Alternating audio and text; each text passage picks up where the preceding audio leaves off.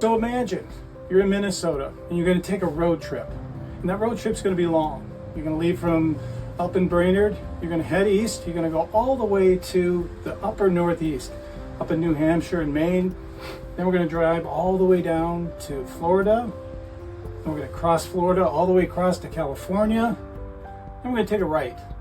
Then we got a long trek all the way up to the great state of Washington in the Northwest. And all we got to do is take a right and then drive all the way back. And so roughly about, I think if I did my calculations, about 11,000 miles or thereabouts. But there's one thing. You're not in a car. You're in a bike. And also you have stage 4 prostate cancer.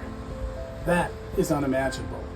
But the good news, I've got 2 courageous people today who are on that journey right now. They're halfway around that perimeter. And so I'd like to introduce Katy and Scott. Freitag. Freitag All right. is good. Yep. And welcome to Peoria. And thanks for bringing all the nice rain. Clouds and rain. Yes. Yeah. They call me the Rain Man. Oh, you brought it. What does it feel like? I mean, to Katy, we just talked last week. I couldn't believe you were going to be in Peoria. You told me what you were doing. How far is it? 6,000 miles right now? About 60, just shy of 6,300 miles. That's amazing. So that's since June, right? Since end of June, yeah, June 26th, we left Minnesota. So That is an amazing journey, and you're only half done. we're a little over half. Yes. Yeah. 6,000 miles. Most people would say, "I'm done with that." Right? I'd say that would be all you need to do. Yeah. Well, I've got lots of questions here in the book, right here, that I want to ask you about logistics and how you live day to day, what the routine is, how you get across the country and do 11,000 miles and still be sane and happy and enjoy riding your bike. And you generally are happy. When I came in and met you, I thought, oh man, I'm going to see someone who's going to be just worn out, and you're not. That's an awesome. So congratulations. Thank you. But before we do that, maybe we can just talk a little bit more about the mission, because I know this is very personal to both of you. Yep. It's miles for money. .org, yes. Yes, we'll talk more about that too, Sure. how people can donate to that. But the cause really is for zero prostate cancer and schizophrenia. Yep. It's what is the name of that? Schizophrenia and Schizophrenia and Psychosis Action Alliance. There it is. Yeah. So those are 2 different 501(c)(3)s that we're raising money for. Gotcha. Yeah. Awesome. And the mission then, how did you all come up with let's just ride around the perimeter of the U.S. in 11,000 miles? Well, Who thought of that? It's 2 parts. One is his dream, and then the second part is what you want to talk about. Yeah, for me, it originated when I was in my 20s. Wow. I worked at the post office. The post office always hired Christmas help. And an older guy, at least I thought it was older at the time, I was in my 20s, but he was probably in his 60s, where I'm there now. So. But, Me too.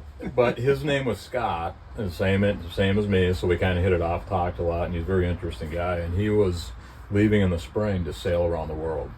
Cool. And I was biking a lot at the time, and I did a couple races and was kind of into biking, and the idea popped in my head, he's sailing around the world. I'd like to bike around the United States, all the exterior states, and that stayed with me forever, for all those years. And then I was diagnosed with prostate cancer in 2017, and then in 2018 I had my prostate removed, and my PSA never went to undetectable. So then then I wanted to go through radiation. I think it was 6 weeks of radiation every day. So then that knocked it down for about a year, I think it was. But then it started doubling again and getting aggressive again. So then I had to go in again, and I had to go through chemotherapy, and they put me back on Lupron. It's Hormone therapy. hormone therapy. Yeah. And then while I was going through that, I got the phone call that no parent ever wants to get, that my son Benny had committed suicide. And it was after his death we found out he had been diagnosed with schizophrenia. And he had gone off his meds because of the side effects of the meds, so he had gone off his meds. This was like halfway through chemotherapy. Yeah, So it was already a really tough time. It also happened to be during COVID too. Oh, So it was so crazy. you're lot all of challenges. isolated. Oh Yes, my very God. isolated. Yeah. I'm so sorry to hear that. That's Yeah, thank you. So then during that last part of chemotherapy, I was a lot of thinking, a lot of praying, and I told Katie that I wanted to do something to make a difference, and that I've always had this dream to bike around all the exterior states, and I'd like to combine that and raise funds and awareness for two things that have had such a profound impact on my life, So And here you are, 6,000 miles into this journey. Yeah. Can you believe it? it's sometimes, it's I pinch myself, because it's pretty incredible and it feels pretty good. Well, So, that's a really touching story. thank you. Really touching. Yeah. So let's talk about the mission itself. Do you have a goal for this as far as funds and everything else? We do. You're trying to raise, That's because kind of my part. what that's I your do. job. Yeah, that's my job. I have Okay. a lot of jobs, but one of my jobs is the fundraising, because I want to make his time on the bike as enjoyable as possible. So I will set up speaking engagements for him to speak at Rotaries and tell his story and stuff. Yeah. But I also put messages on Facebook. I put a blog out once a week. I send letters to potential donors. We do all those kind of things to raise funds. So at this point, we're at about $140,000. Great. And the goal is $500,000. So All we right. have a So long we got. way to go. Well, we'll get some people to Yeah, donate. that'd That's be the whole great. purpose, That's right? right. Yeah. Well, for and sure. you're also an attorney, right? I'm an attorney. Yep. So you're we busy? started planning this 2 years before, and the thought was, okay, how do I make his dream come true and this very important mission that he wants to do? And so I thought, well, I'm fortunate that I have my own business, so I was able to work, on my own. And because of COVID, I was able to work remote. So this beautiful camper actually serves as my... We love this camper. I love this camper. This serves as my office, as well as our home, as well as SAG support, and I've even done court on Zoom from the camper. You zooming in the trailer. It's Yes. awesome. So Yes. you're active. You've done how many tryouts? I've done four Ironman, and I've lost track how many triathlons, but quite a few over the last 10 years or so. This was a little bit of a struggle for me because I'm used to being really active, and I found that I was between the truck and the camper sitting too much. And so after the first, I'd say month or 2 months, I was like, we got to figure something out, because I'm not getting enough people and I'm not getting enough exercise, and I need to do something, so Katie doesn't go crazy sitting. Well, the picture, we'll put that up there. I'll have a picture of you swifting on your little iPad there too. That was awesome. I did. I just figured that Whatever one you out. got to do, right? Yeah. What do I've we got have to do? swim bands, I run, and then now I figured out with a mobile trainer how I can do Zwifting here in the camper. That's amazing. All you need is a screen, just a phone, and all you can get and connect to the whole world. So that's awesome. It's true. And we had done it at home when he was training to get ready for this. I did a lot as well. He did a Yeah, lot of well, that was the first question. So let's talk about all the logistics. How do you do this? So when you train, did you train before to get ready for this, or did you just jump in and say, "I'll get in shape doing it"? You're probably already in good shape. Yeah, no, I hired a coach probably 2 years before, I think, about that. So I trained with a coach for 2 years. Oh, good. He knew what you're going to do. He knew what I was going to do. Hey, listen, I want to bake 11,000. I'm a coach too. If someone came up and said that to me, I have to think about all the training modules I'd have to write up to get you in shape for his that. first reaction, he's actually my triathlon coach, and he laughed because his first reaction was, how do you get someone ready for an 11,000 mile Good for that bicycle coach. trip, That would be, He goes, I'm not sure. This is beyond anything I've ever seen. Yeah, So you could fake it, but you need a special person that mentally could handle that. I think physically people can do things, but I watched a lot of these endurance athletes.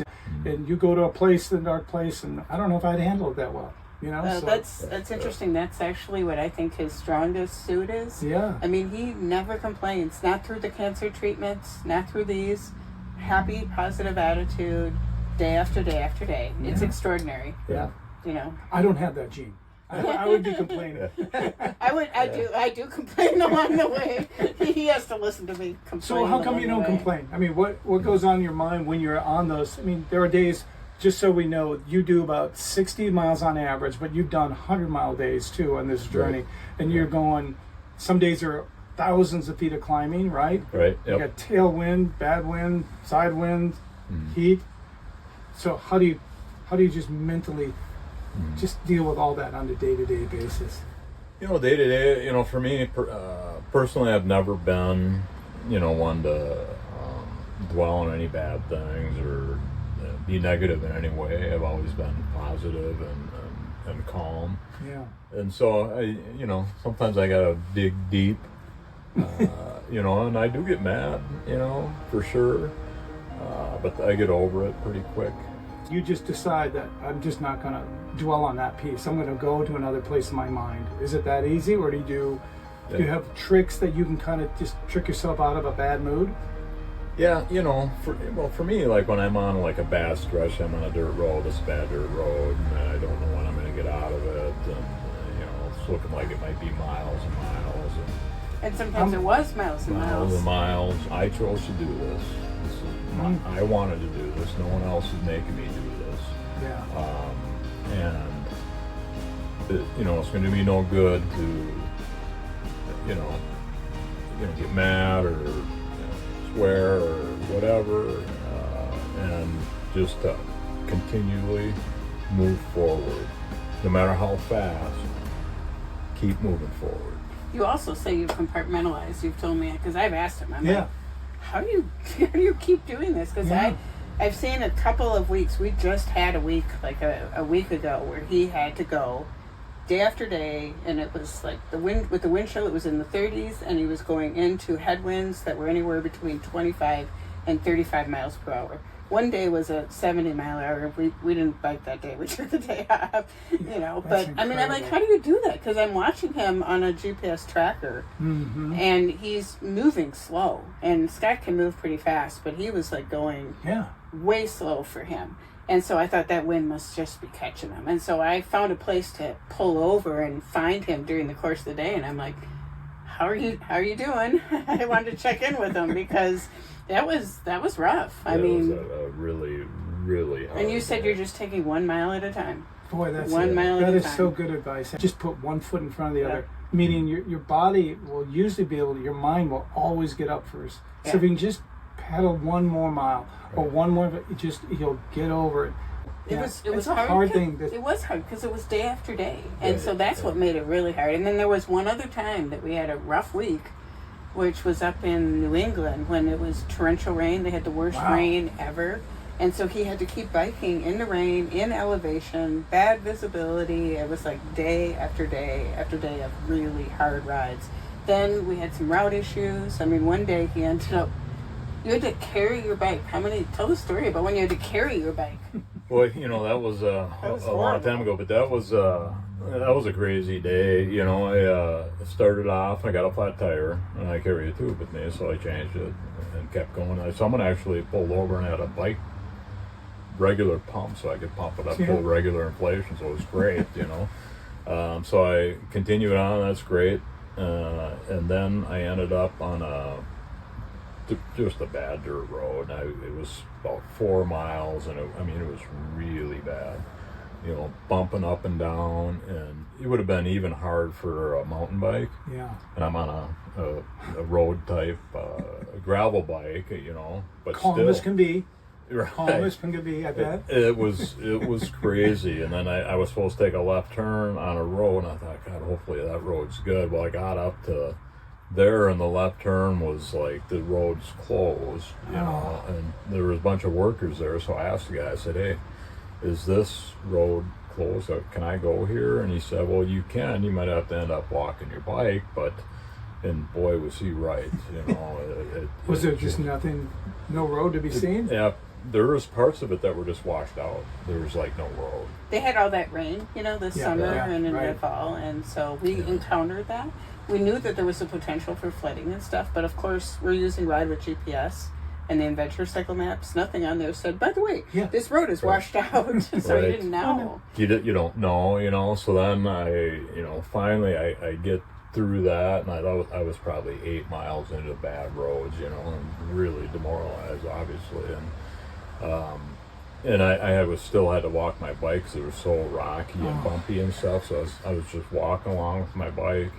I got another flat tire, and I'm getting frustrated just listening to it. And I only have one tube, so I don't have another tube.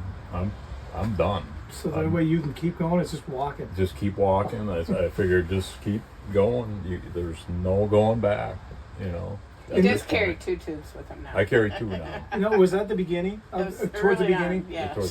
So I would think at the beginning when you're having setbacks like that, you'd be, this, and start thinking about, I still got 9,000 miles. Does it get easier now that you're halfway, like you've got so much in the rearview mirror? Do you feel like more confident, like I got this, or the setbacks it definitely is better now. I mean, not only that you have less to go, but you've been through so much. And you figured out so much, you get more confident that, hey, we can figure this out. And that day he ended up walking 8 miles. Oh my God. Yeah. So it was like no small amount of walking. And was he still happy? He was, because someone found him, rescued him, and drove him to me. I was frustrated because the ride, my GPS tracker on him, the GPS tracker, he was in such a remote area, it was gone. That's scary. And so I couldn't find him. He had no cell coverage, and the GPS tracker was gone.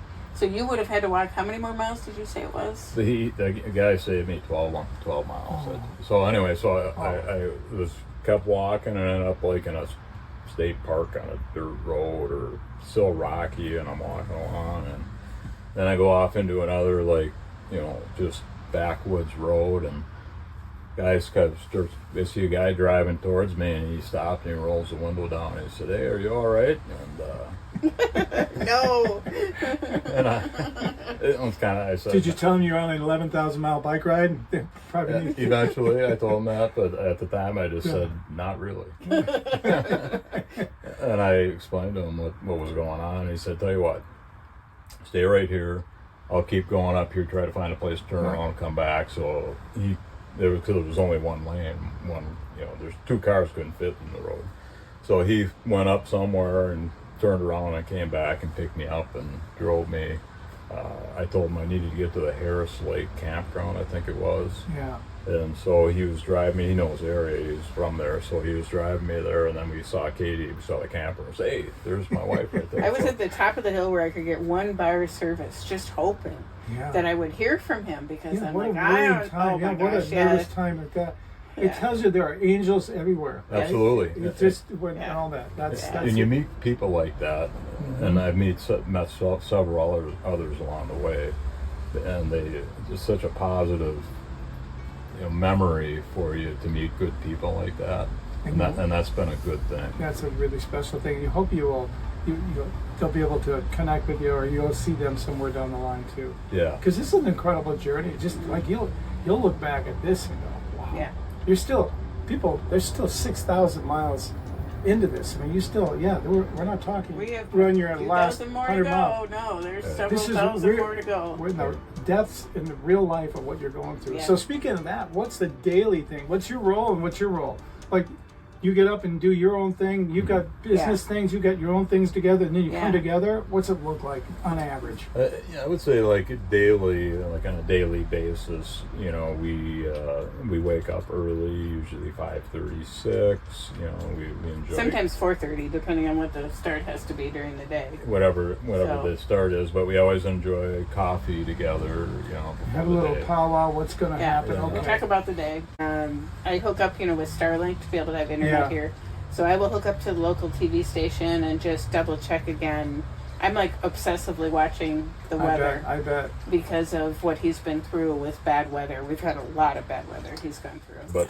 So anyway, so then we enjoy coffee, usually about an hour or so. Then they'll have some oatmeal, a little oatmeal. And once done with oatmeal, then I just start going. I get everything ready inside here, get myself ready, make the bed, get my bike clothes out, get my bike down, get the tires inflated, get my nutrition on there, loaded up, get my GPS on there and everything, and then I'll get ready and take the bike outside and go outside, and then I'll set the camper up, get the camper going so we can leave, so I'll, if it's not, you're leaving every day, right? Every day. We move 5 out of 7 days. Yeah, so I'm just thinking about every day you got to just hook this thing up. Unhook and hook up, yeah. So he does like the septic and the water and everything, because I told him he does that part, and then one of the last things I do before I leave is the electric.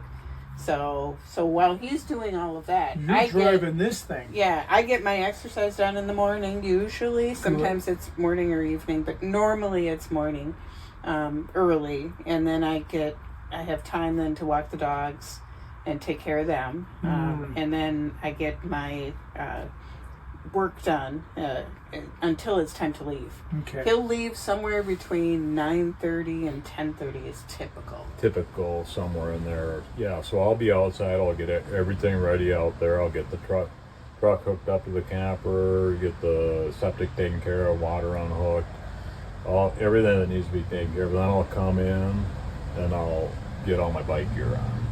And it's amazing. And every day you do this. And then your job then is he's out riding, right? He's out riding, yep. And I wait, and depending on where we're at is when I leave. But usually it's around 11. I try to time my driving over the lunch hour when most people aren't expecting to hear from me for work. Yeah. So, because obviously he's going about 60 miles. Sometimes it's a little bit more. I can usually get the drive done in around an hour. And usually I can get into wherever we're going by 1 o'clock. And then I park this beast, this 30 foot we camper. can't show you this beast. This is not I said to Scott when I got here, I said, who's got the easier job? I mean, this is a big, it's a big thing to pull around. It's not my favorite thing to do, but you do it good. But I do it, you know? And then I hook up the electrical, I hook up the internet again, because that way I can squeeze some more work hours in before he gets back. So I'm also the one that do the routes. I mean, I do the routes. I was going to ask if you do it, if you don't. Because it sounds like when you get up, you're kind of focused on your bike ride. You're focused on a lot of different things. But the routes... He planned kind of the basic route, when we did 2 years worth of planning on how mechanically we were going to get this trip done. And so he did use the Adventure Cycle maps and did a basic route. But then week to week, depending on the day, what I'm doing is I'm taking that basic route, I'm using the Ride with GPS to do an approximate route, and then I want to make sure I can find a place to park the RV. Assuming I can get a confirmation on a place to park the RV, then I will actually do the route, and then I download it, put it on his Garmin Edge, and make sure he's got his Garmin Edge so that he's ready to go. I also put it on Facebook because people are tracking us. Yeah, right. And they want to see where he's going and what he's doing and how many miles is Scott doing today and what's his elevation, and where's he going? And so cyclists, no doubt, right? Yes. Yeah, we all want to know that stuff. We do. So in the beginning, I had to answer all those questions. I'm like, I'm just going to post the route. So now I just post the route every day, usually the day before he's going to ride, so people can look and see. You can do that. Yeah. What gearing is he in? Okay.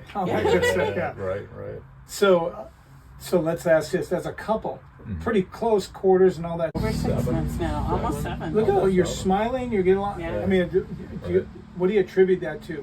It's something that's very personal, but just your passion for each other. It's not faking. You love supporting each other. I can just tell. I actually miss him when he's gone during the day cycling. I really do. Because he's retired now, I'm not, and I was looking forward to spending more time with him. Mm-hmm. But he's out on the bike all day, so I'm not spending more time with him. So, but he's thinking about you all day long. I'm sure he is. He's thinking about not intersecting with cars, because I make him promise before he leaves every day to be very, very careful. No, I think that God put us together. Yeah, I agree. And I think we're just a really good team together, and before the trip, and then, we've just gotten closer, I think, on a trip, I think on the whole thing.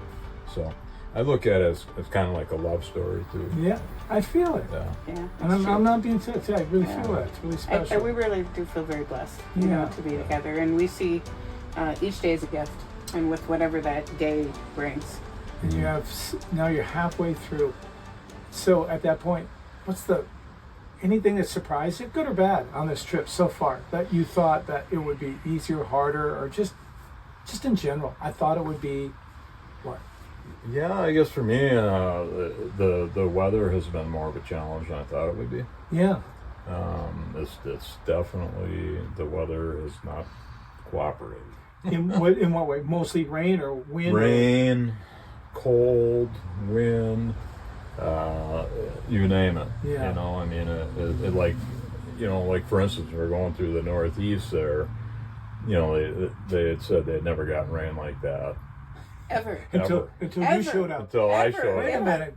It's never been like this. The worst year ever. I mean, that's what's kind of amazing with everywhere we've gone. It's always, this is the worst year we've ever had. And I looked at average temperatures when we were plotting out when would be the best time to leave. Because we started planning this trip when he was going through chemo, so 2 years before we actually did the trip.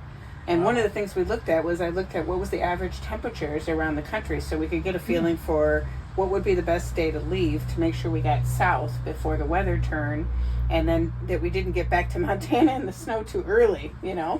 because we had to, time it along the way.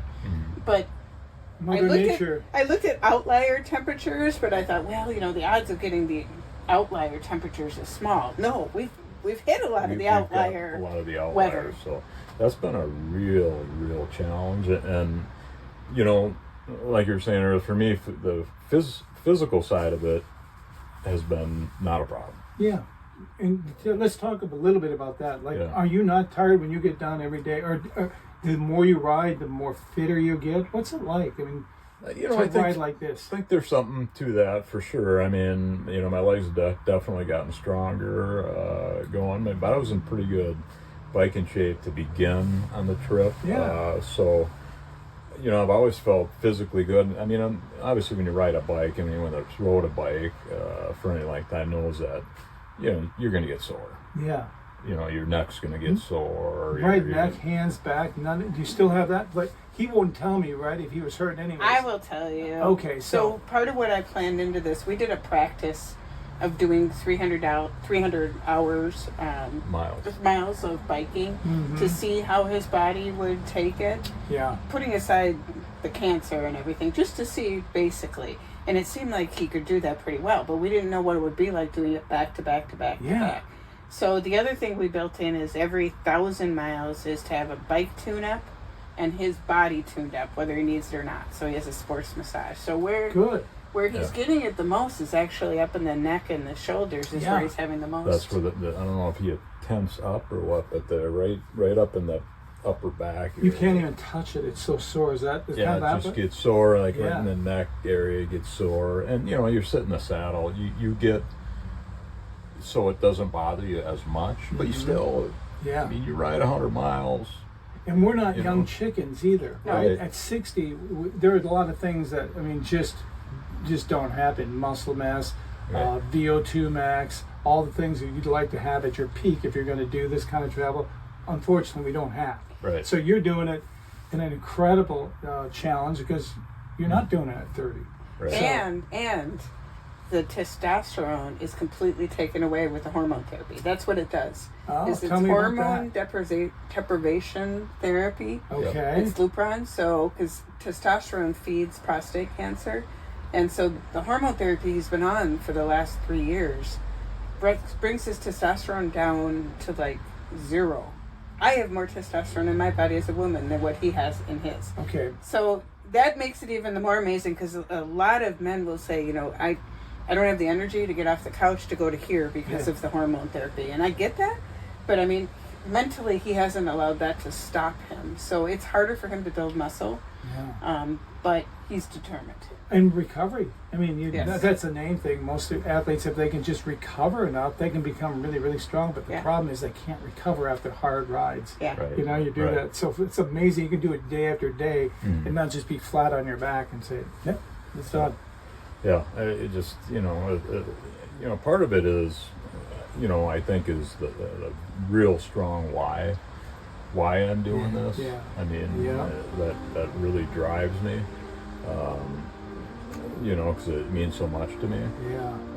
But also, the reaction we've got, from the very beginning has been way more positive than I ever imagined it would be. And that drives me too. I mean, I've gotten, messengers, Facebook messages from people. For instance, a guy that I went to high school with, he was a year younger than me, but I haven't seen him in 40 years, and just, hey, I love what you're doing, you're making a difference, stuff like that. And you get messages like that, and that. Yeah. So, And a lot of people that have been diagnosed, that are dealing with it and want to talk to us about it and talk to, how did Scott make it through this? Tell us more about the radiation. Tell us more about the chemotherapy. Tell us more about the radical prostatectomy. He's kind of had pretty much, the whole gambit. Well, they do say something about, any kind of cancer or any disease, the attitude is the big thing. Mm. And just meeting you in the last half hour, I'm like, he is special. Really special. Yeah, I agree. Very, very special. So are you. You're both special. Yeah, I feel like very it's emotional for me an just honor to watch just to be able to support him, on this. When he told me he wanted to do this, at first I thought, are you kidding? 11,000 miles into your stage 4 prostate cancer? Really? I know. But then I'm like, okay, let's figure out how to do it. Let's figure it out. We will figure it out. And part of it too is like when I was going through chemo, my oncologist told me that if I exercise 6 days a week for 60 minutes at a time, that I would get a 250% survival benefit from that. I really took that to heart, and I was already exercising, but that really hit me, and it actually made me start thinking. It's like, I have this cancer that's stage 4, terminal diagnosis. I want to go out on my terms. Mm-hmm. How I want to go out. I've always been an athlete. I've always been good in sports, and I want to go out how I am. Yeah. So. Well, and the more we see of science too about exercise, and so if there's any doctors out there, this is a great experiment, because the minimum recommended dose is 150 minutes a week, right? That's it. That's insane. Yeah, you're doing that before you can get the first 10 miles. And with the conditions, so it would be nice to see if there's more data out there, or maybe you're N of one, but this is incredible to do this amount of work at the level you're at and have the attitude you're at. It's like, it's amazing. It is. It's just beyond inspiring. Yeah. We've been so fortunate too to have really good doctors. And then like the main doctor that's who are you? Right now it's Dr. Eugene Kwan, who is at the Mayo Clinic, and he's amazing. He's a urologist down there. Rochester, Minnesota. Yes. Yeah. He does a ton of lecturing on prostate cancer and everything, and he's been so supportive with Scott doing this. And so we're really grateful for that, because it does make a difference. Yeah. And it feels good that, here's this world-renowned doctor, and he's working around me to make sure I can do this. And he knew you're doing this. So when you told him that what you had in store and said, "Hey, I think I'm going to ride 11,000 miles," what did he say?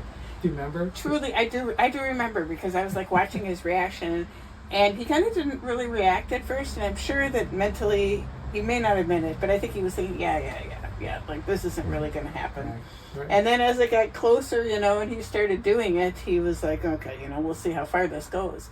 But then the more that it went on and the more that we were doing it, I mean, his whole team is really behind us and excited about it. That's cool. They're tracking him. A couple of them are Facebook friends and are watching what he's doing. And, you know, one time they posted a picture during a hard week with Dr. Kwan in the background, you know, doing a thumbs up. I mean, it's just terrific. He's been really wonderful. And stuff like that really makes a difference. It really picks you up. Well, you got another supporter here. Can you see it live? Yeah. And that's what I'll say to our viewers when we're done here, where they can go. But when you hear this story, and I'm getting to see this face up, and that it's heartfelt, it's inspiring. So we want a lot of people to join you. Yeah. So I can see how that would be. But Yeah. so what do you have plans for tomorrow? You're going to Wickenburg, so you're heading north, and it looks like it's going to rain, maybe. Yeah, it's not the best weather day tomorrow. There might be like a window where the rain's gonna not rain supposedly, but we'll see. You just got to kind of wait and see what happens. Yeah. You know, so. And be patient. That's what I get from this. Would be wait and just see, and just let stuff. It's not what happens to us; it's how we react to it. Yep. And you've mastered that. Yep. And I Mile tell after people, mile. Yep. he lives in the present moment. You know, there's all those books out there and meditations and everything else about living in the moment. Mm-hmm. I get the pleasure of watching my husband do it day after day after day, hour after hour, minute after minute. He lives present in the moment. He doesn't worry about what's coming. He doesn't think about what's in the past. Not me. I have not mastered that for all the effort in the world, but he does it. And I bet he would say the same to you, because he knows all the stuff behind the scenes that without her you couldn't do that. Oh yeah. We know our best halves are right there. Oh, Always. Absolutely. She's been beyond phenomenal. So that's no question about that. I don't know how many podcasts I'll do, and I would just say this is probably the most heartfelt, inspiring. Thank you. Yeah. It's so good to get to reconnect. It's good to see you both. Yeah. Scott, and good to meet you too. Good to meet you. I really appreciate it. So how can they donate so we can get you to, we only need what? 300,000 more. That's all we need. Well, we have a match going too. His brother generously put a match of up to 100,000. So, which is really wonderful. We've already used some of it, but there's still some available. Okay. And so that's super exciting. So the money will get doubled when they donate. It'll get doubled. Okay. So it's very easy. If they go to milesformoney.org, so it's milesformoney.org, there's 2 links on there. One is the link to Zero Prostate Cancer, and the other is a link to Schizophrenia and Psychosis Action Alliance. So you can choose. You know, some people have chosen to donate to both of them. Some have donated to Zero. Yeah. It kind of depends what story resonates with people. But it's a very, very easy. You just press on the link that takes you straight to the charity. We're self-supporting. That's why I'm working from the camper. We don't take any money personally. Okay, I was going to say. All of it goes both to those nonprofits, all the way along the way. Yes, and support, because they've got 6 more months to go, so we have plenty of time to raise a lot of funds for that, for both Scott and Katy. Yeah. Thank you so much for letting me be in your castle, be in your presence. May you always have tailwinds. I was going to say before, maybe with all the bad luck you've had in terms of weather, that once you get to California and you get some nice winds, tailwinds, and maybe that last part when you come home, you'll get those nice westerly That's what we're hoping. And coming home into Minnesota, and you'll finish hopefully in June. Mid-June, that's the plan. Okay. We've had some TV coverage along the way, a lot of newspaper articles. So there's a lot of press that want to be there that last day. We've had a lot of people that say they want to ride with him that final section in Itasca. And then we want to have a party there too. Maybe I'll be home for that. Yes, that would be I would love that. Excuse to come back to Minnesota. Yes. For people that don't know, I am from Minnesota. I just moved here 3 years ago, so that is my home state and a wonderful area. Yeah. Please give and listen. I hope you enjoyed this podcast, but this is the real deal. The mission is strong. The courage is there. I can't think of anything you should do more than to go and click on. I'll have links to both of all your stuff. Facebook. I'll have links to Instagram. I'll have a link to your to your donation page too. That's good, because I do a blog once a week too, and so you'll be able to follow along there for people that aren't on Facebook. Otherwise, we do live interviews with them before and after. Yeah, I saw some of those. So, Yeah, that's yeah. pretty good. Yeah. So Kinda you'll fun. see more Scott, you'll see more Katy, and you can watch their troubles, their trials. Hopefully we're out of the troubles and Yeah. we're into Let me the. say it again. Follow these two, and then when you got 6,000, that's all downhill. All done. Yeah. Congratulations. Thanks for all your time. Thank Thank you. you. Best and God bless you. Really appreciate All right. it.